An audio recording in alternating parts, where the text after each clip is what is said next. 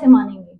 Article 199 में परिभाषा दी गई है, कोई विधेयक तभी धन विधेयक माना जाएगा जब उसमें निम्न विषय हो। किस तरह के विषय हो? किसी कर का अधिरोपण हो, कोई कर टैक्स है, टैक्स लगाना, उत्पन्न करना, हटाना, परिवर्तन करना, ठीक है, विनियमन करना, तो टैक्स का अधिरोपण दिया है। अगर किसी बिल में, कोई बिल है उसमें अगर टैक्स का जिक्र है, टैक्स लगाना, टैक्स हटाना, टैक्स का परिवर्तन करना, तो वो विधेयक धन विधेयक है। ठीक है। राज्य द्वारा ऋण लेना, ठीक है, राज्य द्वारा ऋण लेना, उसकी गारंटी देना, उससे संबंधित प्रावधान करना, समझ में आया? जो ऋण से संबंधित बातें अगर है बिल में तो वो धन विधेयक है। ठीक है। राज्य की संचित निधि या आपात निधि से धन निकालना, राज्य की संचित निधि से धन निकालना भी एक बिल हो गया। ऐसा बिल पेश हुआ विधानसभा में, ठीक है, कि यहाँ पे राज्य की संचित निधि से धन निकालने की बात हो रही है, तो धन विधेयक हुआ। ठीक है। पैसे का लेन देन, ठीक है, धन विधेयक समझिए। संचित निधि से व्यय का विनियोग करना, किसी व्यय को राज्य की संचित निधि पर भारित करना, ठीक है, व्यय घोषित करना या ऐसे व्ययों की वृद्धि करना। कोई एक्सपेंडिचर है ना, कोई व्यय है, व्यय को राज्य की संचित निधि पर भारित कर दे कि ये व्यय राज्य की संचित निधि से ही होगा। ठीक है।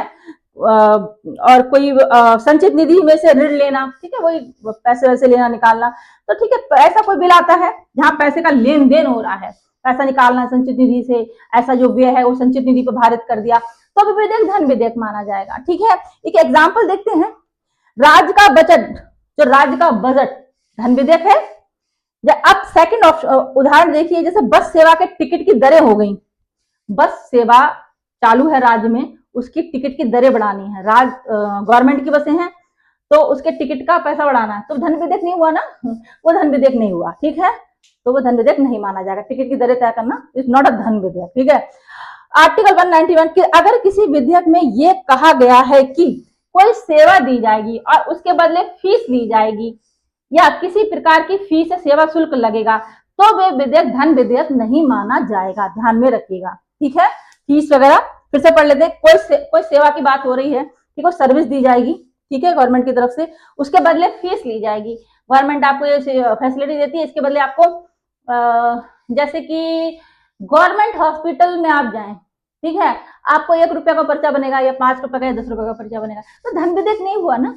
ठीक है। अगर कोई सेवा दी जाएगी और उसके बदले फीस ली जाएगी या किसी प्रकार की फीस या सेवा शुल्क लगेगा, तो वह विधेयक धन विधेयक नहीं माना जाएगा। It's not a money bill. Okay, आया समझ में धन विधेयक क्या है? ठीक है, आर्टिकल 199 में दिया है, ध्यान में रखिएगा। आता है, ये तो आता है। अब देखिए क्वेश्चन जो आया हुआ है